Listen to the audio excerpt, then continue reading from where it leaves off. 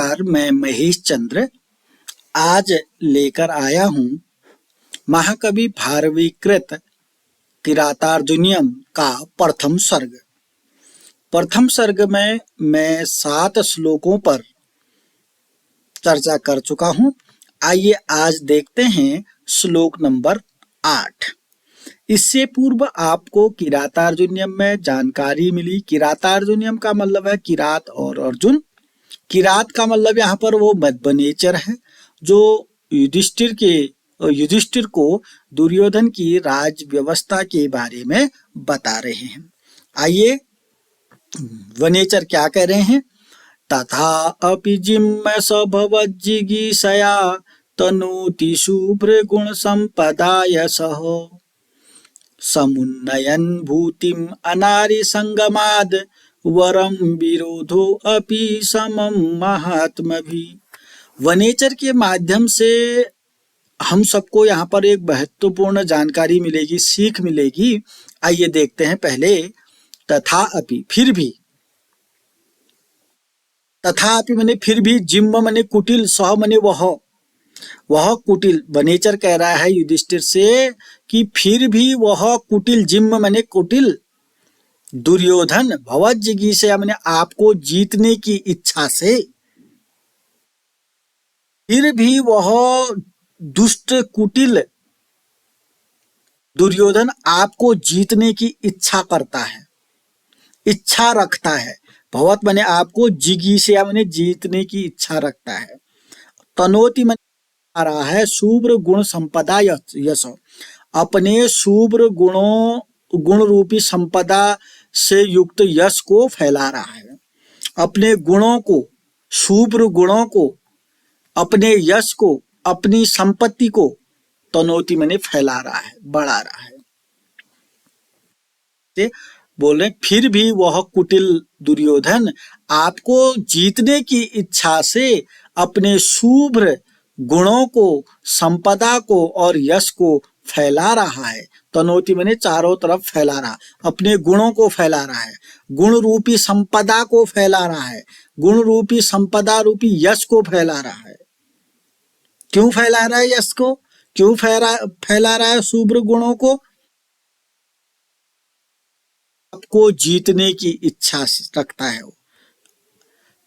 फिर भी वह कुटिल दुर्योधन आपको जीतने की इच्छा से अपने शुभ्र गुण रूपी संपदा यश को चारों ओर फैला रहा है। तनोति माने फैला रहा है।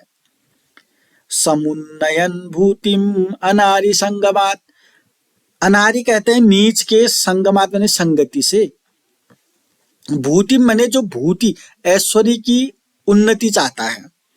भूतिम माने धन दौलत की उन्नति चाहता है।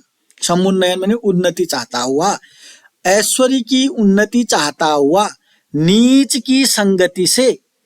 वरम माने श्रेष्ठ है, वरम शब्द भी लिखा है, वरम माने श्रेष्ठ है। अनारि माने नीच की, संगमान माने संगति से। अगर आप ऐश्वर्य की इच्छा करते हैं, अगर आप धन दौलत की इच्छा करते हैं, तो धन दौलत की उन्नति चाहते हैं, तो आप नीच की संगति की अपेक्षा श्रेष्ठ है विरोधो अपि समम महात्मा भी, महान लोगों के समम मने साथ, विरोध हो अपि विरोध करना, वरम मने श्रेष्ठ है। नीच के साथ दोस्ती करने से श्रेष्ठ है महान लोगों से दुश्मनी कर लो। कितनी महत्वपूर्ण बात बताई गई है। अब सबके समझ में तो ये बात आएगी नहीं। अगर आपको उन्नति चाहिए, अगर आपको ऐश्वर्य की उन्नति चाहिए, तो आप ये ध्यान रखो कि नीच के साथ संगति नहीं करनी है। अनारि संगमात, नीच के साथ संगति करने से अच्छा क्या होगा, महात्मा भी, महान लोगों के साथ विरोध करना श्रेष्ठ होगा। अच्छा, नीच लोगों के साथ संगति करना तो कदापि अच्छी बात नहीं है, और महान लोगों के साथ विरोध करना क्यों श्रेष्ठ है? फिर इससे क्या फल मिलेगा?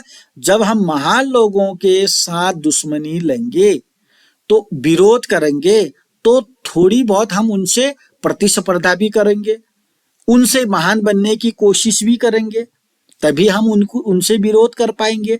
तो कहीं ना कहीं महान लोगों से विरोध करने से जो है हमारा भी कल्याण होगा। अगर हम अपने से प्रभुत्व संपन्न व्यक्ति से अगर हम विरोध करने में लग जाएं, उसके साथ कंपटीशन करना लग जाएं, तो हमको स्वाभाविक रूप से उसके जैसा बनना पड़ेगा। इसलिए कहा गया है, नीच के साथ की गई संगति से महान लोगों के साथ किया गया विरोध श्रेष्ठ है। एक बार पुनः फिर भी वह बनेचर युधिष्ठिर से कह रहा है, फिर भी वह कुटिल दुर्योधन आपको जीतने की इच्छा से अपने स्वच्छ गुण रूपी संपदा और यश को फैला रहा है, जो ऐश्वर्य की उन्नति करता हुआ नीच के साथ की गई संगति से महान लोगों के साथ किया गया विरोध श्रेष्ठ होता है। कपटी वह दुर्योधन आपसे बढ़ने के ख्याल से गुणों से अभी निर्मल यश फैला रहा है, क्योंकि ऐश्वर्य को बढ़ाते हुए आदमी के लिए नीचों के संग की अपेक्षा महान जन से विरोध करना भी कुछ अच्छा ही है। सीधी सी बात है कि अगर आप अपनी उन्नति चाहते हैं, नीच के साथ दोस्ती कभी नहीं करनी है। इससे अच्छा कर लो कि आप महान लोगों के साथ दुश्मनी कर लो, इसका परिणाम अच्छा रहेगा। लेकिन नीच के साथ दोस्ती करना अच्छा नहीं होगा। ये श्लोक 8 सिखाता है। अगला 9वां श्लोक क्या है? कीर्तारि षड्वर्ग जयेन मानवीम अगम्य रूपाम पदवीम प्रपित सुना विभज्य नक्तम दिवम ततिंद्रणा वितन्यते तेन नयेन पौरुषम। क्या कह रहे हैं? कृतारि षड्वर्ग जयेन। वनेचर युधिष्ठिर से कह रहे हैं कि हे युधिष्ठिर, उस दुर्योधन ने क्या कर रखा है? कृतारि षड्वर्ग जयेन, 6 अंत शत्रुओं को जीत लिया है। कृतारि षड वर्ग जयेन, जयेन माने जीत लिया है, षड माने 6 वर्ग, 6 अंत शत्रुओं को जीत लिया है। देखिए, 6 अंत शत्रु हमारे दुश्मन, हमारा बाह्य दुश्मन कोई नहीं है। हमारा जो दुश्मन है वो अंदर ही है, हमारे अंदर। वह कौन है? 6 हैं वो। काम, क्रोध, लोभ, मोह, मद और मत्सर। ये जो 6 दोष बताए मैंने, 6 शत्रु हैं, सबसे बड़े दुश्मन हैं हमारे। काम, क्रोध, लोभ, मोह, मद, मत्सर। दुर्योधन ने इनको जीत लिया है। तुम भी जीत सकते हो, सभी को जीतना चाहिए।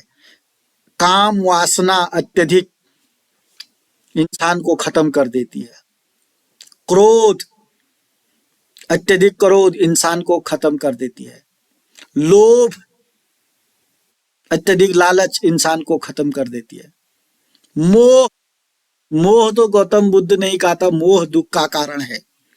अत्यधिक मोह किसी के प्रति, तो ये भी इंसान की पराजय करा सकता है। मद, मद आप जानते हैं, मद तो फिर कितना अनर्थ है। रावण का मद। मत्सर, मत्सर का मतलब होता है ईर्ष्या। ईर्ष्या भी इंसान को खत्म कर देता है। तो ये जो भयंकर मैंने 6 शत्रु बताए, आज जो मेरे श्लोक को सुन रहे हैं, पढ़ रहे हैं, मेरी बातों को सुन रहे हैं, हमारा कोई दुश्मन नहीं है। हमारा दुश्मन हमारे अंदर ही है। वो कितने? 1 2 नहीं, 6 हैं वो। काम, क्रोध, लोभ, मोह, मद, मत्सर। और दुर्योधन ने इनको जीत लिया है। ठीक है ना? अब मानवीम अगम्य रूपाम पदवीम प्रपित सुना, मतलब वो अब मानवी पदवी को धारण कर चुका है। अब जब 6 शत्रुओं को नाश हो जाएगा, हमारे 6 अंदर के शत्रुओं को अगर हम विजय कर लेंगे, हम जीत जाएंगे, तो हम मानवी पदवी को धारण कर जाएंगे। उस दिन हम मानव कहलाएंगे, जिस दिन हमारे 6 शत्रु पराजित हो जाएंगे। मुझे लगता है कभी नहीं होने वाले। अगर जिसने इन 6 शत्रुओं को, मैंने क्रमशः नाम सुना रखा है, इन 6 शत्रुओं को जिसने पराजित कर दिया वही मानवी पदवी को धारण कर पाएगा। दुर्योधन ने 6 शत्रुओं को जीत लिया है और वो मानवी पदवी को धारण कर चुका है। विभज्य नक्तम दिवम, विभज्य मैंने बांट दिया है उसने, नक्तम मने रात को, दिवम मने दिन को, यानी कि उसने दिन और रात के कार्यों को विभज्य मैंने बांट दिया है। टाइम टेबल भी बनाया हुआ उसका।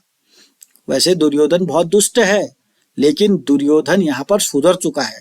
उसने दिन रात के कामों को बांट दिया है। अब है अस्त तत् इंद्रणा का मतलब आलस्य का त्याग कर दिया है। अस्त तत् इंद्रणा का मतलब आलस्य का भी त्याग कर दिया।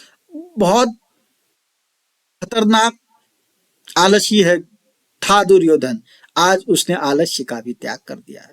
वितन्यते तेन नयन पौरुषम, वह वितन्यते में फैला रहा है, नयन मने नीति से, पौरुषम मने पुरुषार्थ को, अपने पुरुषार्थ को नीति से फैला रहा है। नयन मने नीति से, वितन्यते मने फैला रहा है। तो एक बार पुनः उस दुर्योधन ने अपने 6 अंतःशत्रुओं को जीत लिया है। काम, क्रोध, लोभ, मोह, मद, मत्सर, इन 6 अंतःशत्रु पर विजय प्राप्त कर ली है। अब उसने मानवी पदवी को धारण कर लिया है। उसने दिन रात के कार्यों का उचित बंटवारा कर दिया है, आलस्य का त्याग कर दिया है। अब वह नीति के द्वारा अपने पुरुषार्थ को फैला रहा है। इतना महत्वपूर्ण श्लोक है। 6 अंतःशत्रुओं को जीत लिया है जिसने, दुर्योधन ने जीत लिया तो हमको भी जीतना चाहिए। प्रजा पालन आदि मानवी पदवी को प्राप्त कर जो 6 शत्रुओं को जीत लेगा वही मानवी पदवी को धारण कर पाएगा। ठीक हो गया।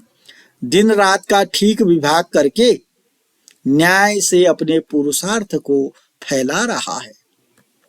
बहुत ही महत्वपूर्ण सार गर्भित श्लोक है, सभी को जरूर पढ़ना चाहिए। आइए अगला देखते हैं। दुर्योधन की बातें बता रहे हैं, वनेचर युधिष्ठिर को बता रहे हैं। सखीन यु प्रीति युजो अनुजीविनः समान मानान सुहृत च बंधुभि न संततम दर्शयते गत स्मयः कृताधिपत्यम यु साधु बंधुताम। ध्यान से सुनिएगा, बहुत जल्दी समझ में आ जाएगा। क्या कह रहे हैं? वह दुर्योधन, वनेचर कह रहा है, वह दुर्हे राजा युधिष्ठिर, वह दुर्योधन क्या करता है? अब सखीन यु, सखी कहते हैं मित्र, सखी मित्र को कहते हैं ना। एक लड़की दूसरी लड़की को क्या कहते हैं? सखी कहती है। आजकल कहते हैं पता नहीं, लेकिन पहले से हमने सुना है कि सखी सखी होती है। वो सखी मतलब मित्र। यु माने मित्र की तरह, मित्र की तरह, सखी सकीन यु मित्र की तरह।